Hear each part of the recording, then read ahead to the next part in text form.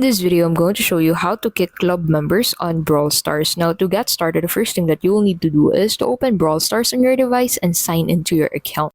Now head over to the club section by clicking on the club button, which is below the friends button. In here, go ahead and click on the members icon, which you'll find beside the club name. So go ahead and click on the members icon, and this will redirect you into this section. So just go ahead and select a member that you want to kick on the club. So just go ahead and click on that member's name and view that member's account by clicking on the profile button. Now on this user's profile, just go ahead and click on the settings icon, which is beside this user's club name. So if you're the owner of that club, you can simply promote or kick users or members on that club. So you can just hit on the kick button to be able to kick this member on that club. Take note that other clubs allow members to kick members on the club, but as for this club, this only allows the creator of the club to kick members on the club, and that's how you can simply kick club members on Brawl Stars. Thank you so much for watching, and we'll see you in the next video.